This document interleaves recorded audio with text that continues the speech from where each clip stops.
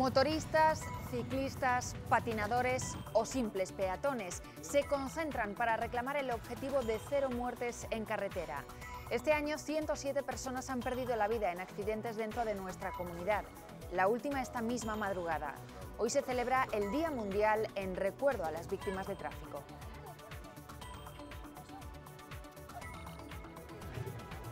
Nos tenemos que dar cuenta que esa falta de educación y respeto en la carretera cuesta vidas. Somos la parte más débil y más frágil en la carretera. Todavía seguimos con los guardarraíles asesinos, todavía seguimos con la doble vionda. Muy buenas tardes. En Argentina, muy lejos de su Madrid natal y de su Segovia adoptiva, murió ayer por la tarde el fiscal general del Estado. José Manuel Maza falleció a los 66 años a causa de una infección renal que se complicó.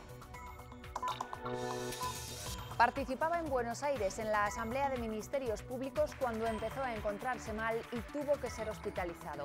Moría tan solo horas después. Hoy recordaremos la carrera del que se convirtió en el primer fiscal reprobado por el Congreso y que estaba estrechamente vinculado a Segovia, donde pasaba gran parte de su tiempo libre. También estaremos en Magaña, en Soria, una pequeña localidad que, como tantas otras, pierde habitantes cuando llega el frío y es entonces cuando aumentan los robos. Por eso se ha multiplicado la presencia de guardias civiles haciendo rondas por el pueblo.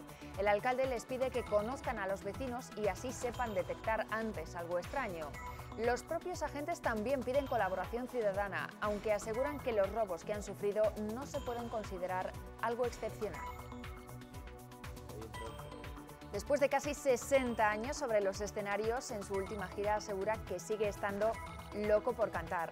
Rafael demostró ayer en Valladolid que él y su música siempre serán eternos. Varias generaciones llenaron ayer el pabellón Pisuerga para escuchar los nuevos temas de Rafael, pero también, como no, los clásicos más reconocibles por todos. Fue uno de los conciertos del año en la ciudad y las 3.000 entradas estaban agotadas desde hacía tiempo.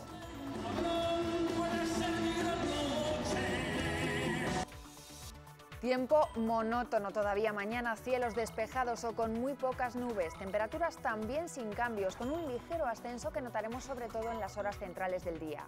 Se repiten además las heladas de madrugada que serán más intensas en la zona de la meseta.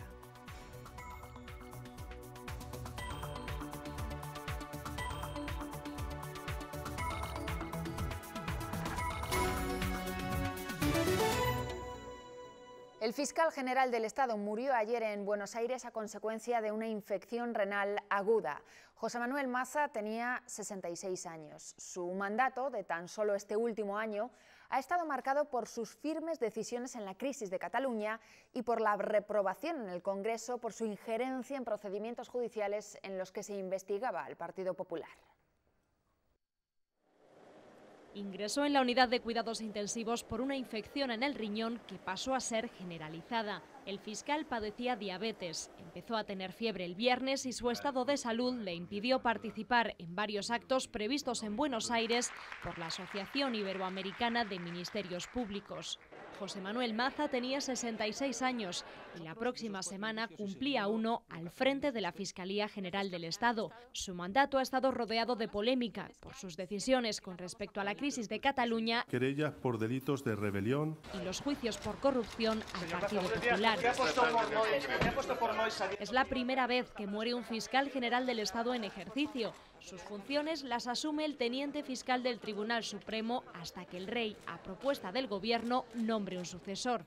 El ministro de Justicia, Rafael Catalá, ha sido de los primeros en confirmar su fallecimiento en las redes sociales. Mariano Rajoy le agradecía en este otro mensaje su dedicación al servicio del Estado. José Manuel Maza nació en Madrid, pero él solía decir que era segoviano. De hecho, parte de su entorno cercano así lo consideraba, porque el jurista tenía una residencia en Segovia y dormía allí varias noches a la semana. El vínculo procedía de su familia materna y allí quería vivir Maza cuando llegara el momento de su jubilación. Aunque nació en Madrid, José Manuel Maza estaba muy relacionado con Segovia, de donde procedía su madre, veraneaba aquí habitualmente de niño y aquí conoció a su mujer con la que vivía desde hace un año en este edificio de la calle San Agustín, junto a los juzgados. Había sido durante mucho tiempo su residencia de fin de semana y precisamente el año pasado, cuando fue nombrado fiscal general del Estado, decidió establecer aquí su residencia fija. Desde esta vivienda iba cada día a Madrid a trabajar. José Manuel Maza tenía 66 años, madrileño de nacimiento pero segoviano de adopción. Muy unido a Segovia, de donde era toda su familia materna, habitaba esta vivienda en la céntrica calle San Agustín. En la capital del acueducto era un habitual de la vida social, incluso hace unos pocos meses le fue concedido el premio de Segoviano del Año por el centro de Segovia en Madrid. José Manuel Maza ejerció profesionalmente durante más de 40 años. Licenciado cum laude en Derecho y en Historia, ingresó en la carrera judicial en 1975 y en la fiscal en el 78. Formó parte del Tribunal Supremo como magistrado de lo penal durante 14 años. En noviembre de 2016 fue nombrado fiscal general del Estado, con la misión esencial de renovar la cúpula fiscal judicial española tanto en la Audiencia Nacional como en anticorrupción. Ha sido el primer fiscal general reprobado en el Congreso de los Diputados. Ocurrió en esta sesión de mayo, cuando el Pleno también reprobó al ministro de Justicia, Rafael Catalá. Todos los grupos menos el PP votaron a favor de esta reprobación en la que les acusaban de entorpecer la investigación de los casos de corrupción. En los últimos meses había destacado por su papel en la batalla judicial contra el desafío catalán. En esta convocatoria del 30 de octubre anunció las querellas contra el gobierno de Puigdemont y la Mesa del Parlamento de Cataluña por los delitos de sedición, rebelión y malversación. Los mensajes de condolencia se han repetido también en los actos de precampaña en Cataluña. Desde el PP, Javier García Albiol ha reconocido su trabajo y ya en clave electoral ha animado a los catalanes a continuar con su voto el 21 de El camino puesto en marcha con la aplicación del 155. El PSC ha homenajeado hoy a Ernest Lluch y Z le ha puesto como ejemplo de reconciliación. Porque Ernest Lluch fue también un defensor de una España moderna, democrática, una España reconciliada. Fue un hombre que habló de reconciliación y la practicó. Con el cese del gobierno de la Generalitat, con que los proveedores de la Generalitat estén cobrando de manera más puntual, con el cierre de embajadas, de chiringuitos repartidos por todo el mundo. Es el trabajo que se ha iniciado y que en los próximos meses, en los próximos años, debemos seguir. Segunda vuelta en las elecciones primarias del PSOE leonés. La de hoy es la última batalla entre Javier Alfonso Cendón y Diego Moreno, de la que saldrá el próximo secretario provincial del partido. Ambos candidatos han depositado su voto esta mañana en la sede que tiene el PSOE en León. Han coincidido en que la militancia recupera con este proceso un poder que había perdido y han destacado que a partir de mañana no cabe otra opción que hacer un proyecto integrador que sume los esfuerzos de ambas candidaturas. No cabe otra opción que integremos todas las sensibilidades del partido. Es un compromiso que ha puesto esta candidatura desde el primer día y lo vamos a mantener y lo vamos a cumplir. Lo primero que vamos a hacer es sentarnos a hablar, no solamente con Cendón, sino también con todas las personas que son significativas dentro de esta organización, un poco por intentar aunar todos los esfuerzos para que, como digo, tengamos una organización fuerte y que pueda derrotar a la derecha, que es nuestro objetivo. Escuchen bien este dato. En lo que va de año, 107 personas han muerto en las carreteras tan solo de Castilla y León. Conductores de moto, de coches, ciclistas y peatones se han reunido hoy para recordarlos y para pedir más respeto. Este domingo se conmemora el Día de las Víctimas en Accidentes de Tráfico. La última, desgraciadamente, perdía la vida esta madrugada en la Fuente de San Esteban, Salamanca.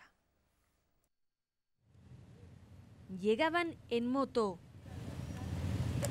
montados en bici y deslizándose en patines. Esta concentración era para gente como Aitor, una víctima del despiste de otro conductor. Aquí en la vía 30 me atropelló un camión, mi compañero Jesús Negro falleció, yo tuve heridas muy graves y ahora he salido para adelante y bueno, muy duro todo porque te acuerdas todos los días de él. Herramienta clave para salir de ese bache son los psicólogos. En emergencias de 112 lo que hacemos es ir al domicilio y directamente en una forma personal adaptarnos a las necesidades y bueno, pues al estado que pueda tener la víctima, el familiar que queda.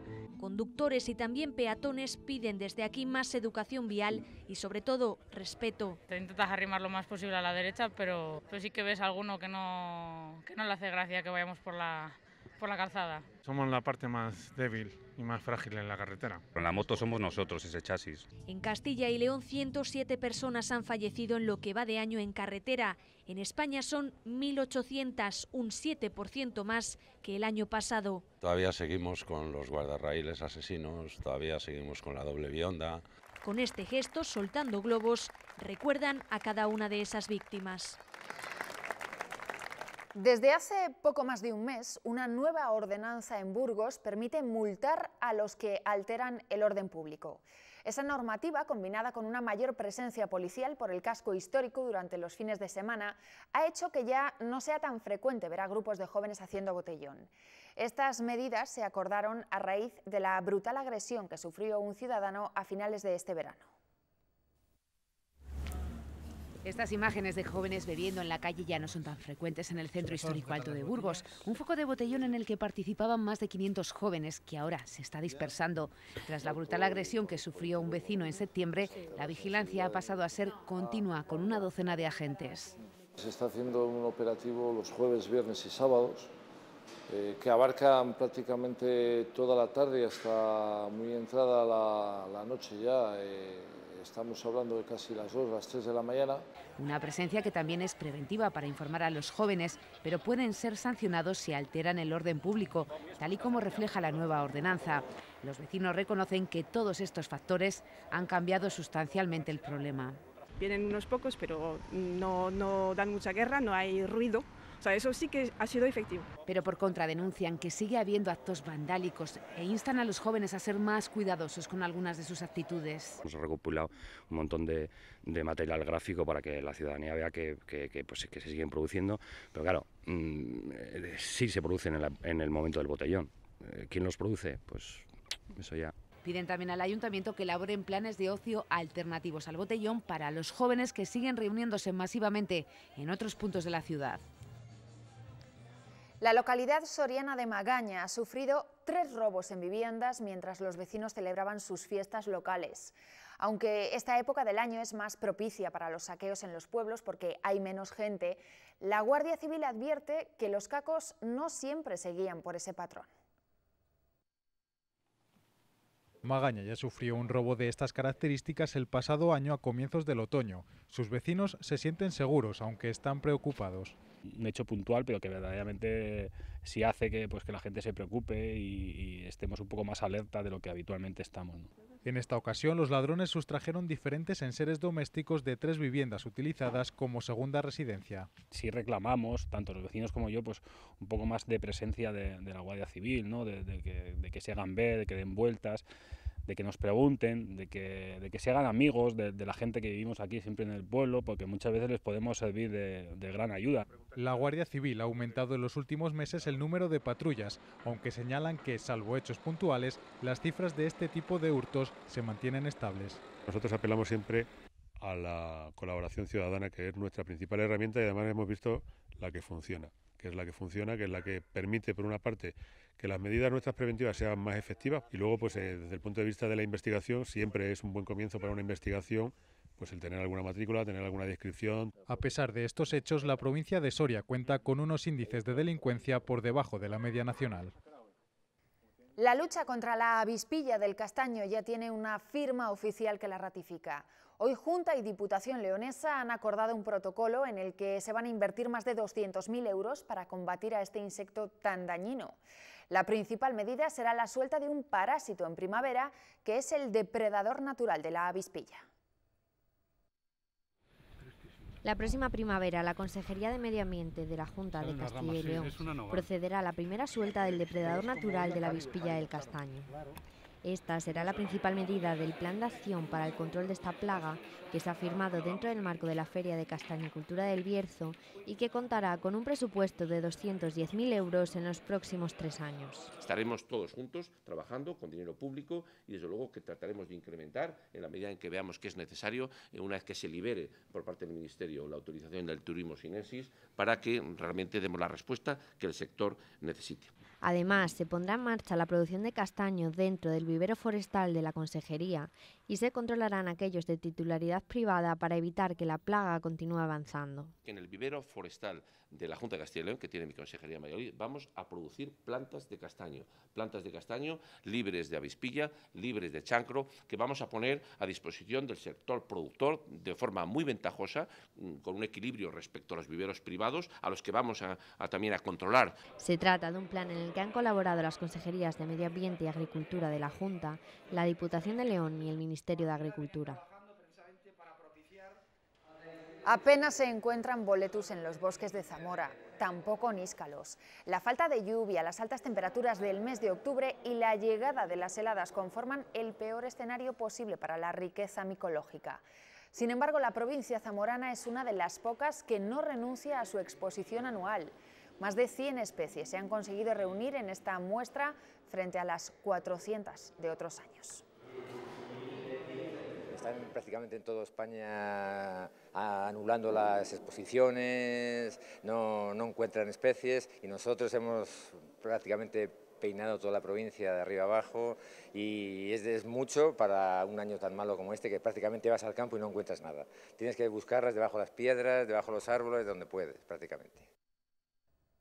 Varias asociaciones ecologistas han denunciado públicamente las labores de desbroce y limpieza que ha hecho la Confederación Hidrográfica del Duero en el Canal de Castilla a su paso por Palencia. La califican de muy agresivas y aseguran que podrían tener efectos negativos para muchas especies y también para el turismo. Esta imagen puso en alerta a una decena de asociaciones ecologistas. Es el resultado de las labores de desbroce y limpieza de los entornos del Canal de Castilla realizados por la Confederación Hidrográfica del Duero. Entendían que se vulneraba la protección de esta vía fluvial. Que no se ha hecho de una manera selectiva, como dice en el proyecto, y de mantenimiento. Y se han cortado pues, el 50%, por ejemplo, de la maleza, incluso a veces el 80% de la vegetación. Sin respetar ni dejar ningún árbol autóctono. Dicen los conservacionistas que este desbroce descontrolado podría desequilibrar el ecosistema de la zona y poner en riesgo el hábitat de muchas especies, pero hablan también de los efectos sobre el turismo. Ir por un camino pues, rodeado de vegetación, a la sombra y con un nivel de humedad bastante agradable en verano, pues eso hace que la gente, por ejemplo, esta zona norte lo hagan mucho en bicicleta o haciendo senderismo. Las quejas, no obstante, han tenido resultados. A partir de ahora, la Confederación Hidrográfica del Duero se ha comprometido a realizar estas labores de manera más respetuosa con el entorno. Van a intentar que ya no se haga de una manera así tan agresiva y se seleccione un poco mejor. Un acuerdo esencial para que el Canal de Castilla siga siendo una de las arterias principales del turismo en la comunidad. Desde el pasado verano en España existe un llamado canon digital que recupera el modelo europeo de compensación a los autores por la copia privada de sus obras. La nueva regulación supone desde entonces un gravamen que apenas supera los 20 céntimos en la compra de un DVD, pero que alcanza los 3 euros en el caso de una tablet. No solo el ciudadano se ve afectado por estas tasas, también las empresas a las que no les compensa pedir la devolución por los trámites que les exigen. Aunque las cantidades son pequeñas. Una tarjeta SD pues pueden ser 24 céntimos, en un DVD 20, 18 céntimos. En las impresoras y en los discos duros está siendo en torno a los 5,50, 6 euros. Desde la Asociación de Empresas Tecnológicas aseguran que es casi imposible solicitar su devolución, porque son muchos los trámites burocráticos que hay que llevar a cabo y que a las pequeñas y medianas empresas no les sale rentable.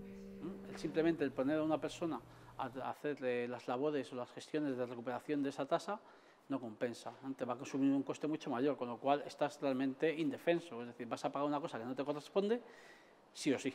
Aseguran que este canon acabará repercutiendo en los usuarios a través del precio final. Por ello proponen otra solución que no haga daño a este sector. Se castigue al que realmente comete el acto y realmente lo soporte quien realmente se beneficia. El afectado, el que ejercía de recaudador y el que corría con los gastos o los costes de esta recuperación o de esta compensación. Las entidades del sector público no se verán afectadas, ya que están exentas de este pago.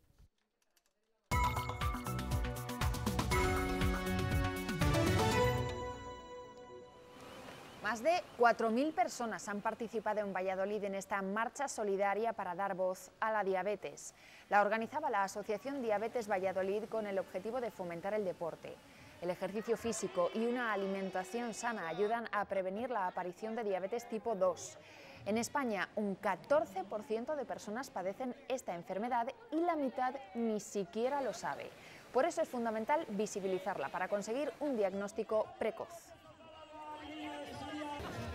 La diabetes requiere de deporte para tener un buen control y es un pilar fundamental en el tratamiento y además ayuda a prevenir la aparición de la diabetes tipo 2. Tengo un crío diabético y bueno, pues a ver si avanzamos entre todos y hacemos esta lucha para intentar darme mejor la enfermedad, sobre todo, y la calidad de vida. Me gusta participar en carreras así que tienen un sentido, ¿no? Solidaridad con la gente que padece cualquier tipo de enfermedad. En un mundo cada vez más globalizado e interconectado, la convivencia entre culturas y religiones se hace más apremiante. Construir la paz entre cristianos y musulmanes es uno de los retos de este siglo XXI y el tema que se ha tratado en el encuentro islamo-cristiano celebrado en Ávila este fin de semana. El contacto entre el Islam y el cristianismo se remonta hasta el mismo germen de su creación. Un contacto cultural y, por supuesto, religioso del que fuimos testigos en España durante casi 800 años y que nos dejó importantes aportaciones. Por eso hoy también el Oriente necesita un ejemplo del mundo occidental en manifestar también el ejemplo de un Estado civil. Pero en un mundo cada vez más globalizado, Islam y cristianismo tienen que hacer frente a nuevos retos, en ocasiones de forma conjunta. Hay muchas guerras bajo el nombre de la religión. Y esto es muy peligroso. El Islam en sí mismo no acepta estas guerras y tampoco acepta los ataques terroristas que se realizan bajo su nombre.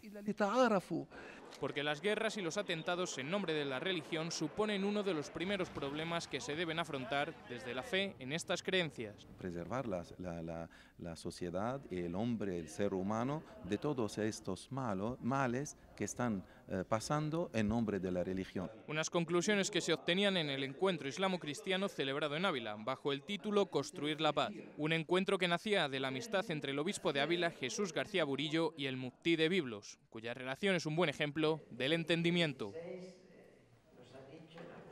Laguna de Duero ha recordado hoy la llegada de Carlos V como ocurrió hace ahora 5 siglos. En aquel 14 de noviembre de 1517, la corte del entonces príncipe llegó hasta la localidad vallisoletana ante la expectación de sus vecinos y pasó allí 4 días. Antes de partir hacia la capital, Carlos impuso el toisón de oro a su hermano Fernando y este capítulo de la historia ha sido recreado hoy por primera vez por una treintena de vecinos. Que le son correspondidas a la dinastía de los Habsburgo.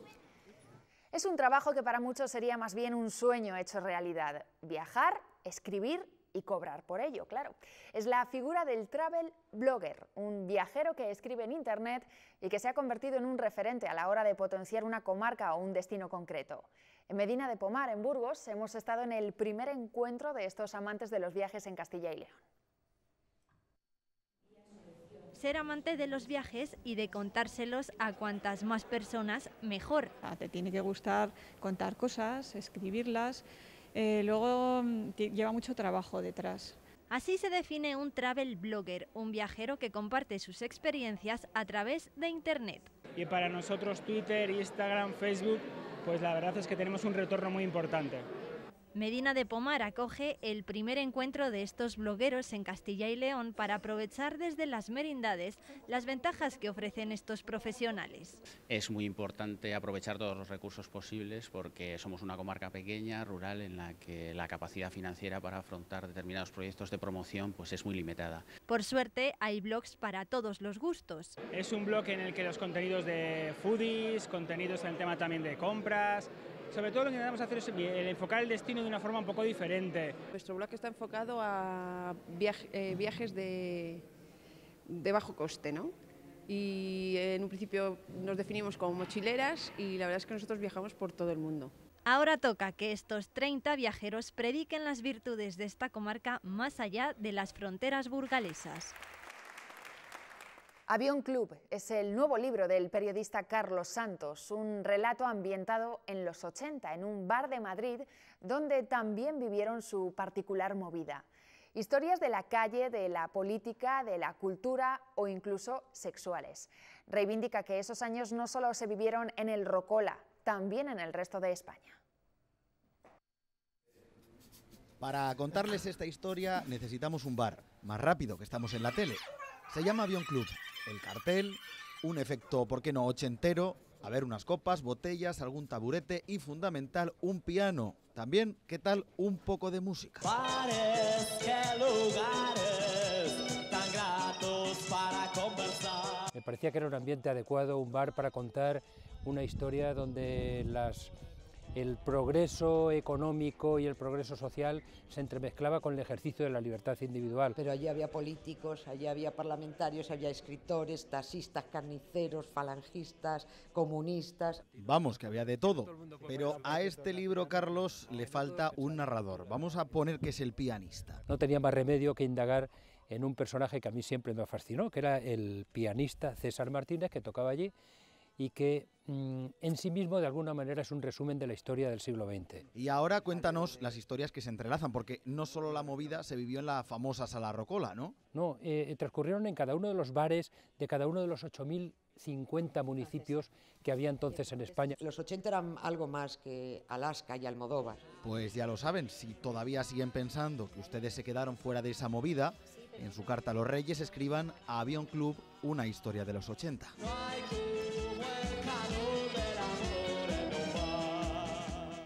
Aureliano Muñoz y Modesto Jiménez recibieron anoche en Segovia el Premio Europeo de Folclore Agapito Marazuela. Un reconocimiento de la ronda segoviana a la trayectoria de la pareja de dulzaineros abulenses que ha dedicado su vida a la tradición y a la música folclórica. Modesto, de 79 años, ha acompañado a varios dulzaineros, entre ellos Aureliano, de 87, que empezó a tocar con su padre cuando solo tenía 14. Juntos durante décadas reflejaron todo lo aprendido directamente del maestro del folclore, Agapito Marazuela, del que ambos fueron alumnos. Sé que me han hecho homenajes, me han hecho cosas en Burgos, me han hecho cosas en otro lado, pero como este, ninguno. Porque tuve la gran suerte de conocer a Agapito Marazuela. Son el archivo viviente de las enseñanzas de Agapito, ¿no? Porque los dos son alumnos de Agapito Marazuela. Empezó Agapito enseñando a sus abuelos y ellos a sus padres, y estos ya terminaron aprendiendo uno a la dulzaina, y con el tiempo el otro se metió ya de tamboritero. Anoche cerca de 3.000 personas se rindieron ante las baladas de uno de los grandes de nuestro panorama musical, Rafael. El andaluz cantó en Valladolid sus últimos temas, aunque no faltaron los clásicos Yo soy aquel, Escándalo o Mi gran noche. Con un resumen de ese concierto les dejamos hoy. Feliz tarde. La espera para ver a Rafael no consiguió enfriar sus voces. ¿Qué misterios habrá? Puede ser mi gran noche. Yo soy aquel que por tenerte ya no te vive. Escándalo. Con las letras ya atemperadas, solo cabía recibir al de Jaén entre ovaciones. Y huele casero, pero más fiero. Y recordar sus comienzos hace ya 6 décadas. Estaba bastante bueno. Nos pegábamos, era una cosa, uy, Rafael, Rafael, Rafael. Hacía algunos gestos que siempre nos llamaban la atención. Esos movimientos encima del escenario, su estilo, su inconfundible pronunciación atrapan todavía hoy a mayores y jóvenes. En nuestros padres siempre les ha gustado mucho. Yo creo que no pasa de moda. El estilo que tiene, el moverse en el escenario, es una magia que tiene Rafael. La última vez que pisó Castilla y León lo hizo en el Festival Sonorama hace ya 3 años. Yo sé muy bien a qué han venido. 2 horas y cuarto estuvo Rafael entregado al público desde el minuto 0. Hoy para mí es un día especial, hoy saldré por la noche, podré vivir lo que el mundo nos da cuando el sol ya se esconde, podré cantar una dulce canción a la luz de la luna y acariciar y besar a mi amor como no lo hice nunca.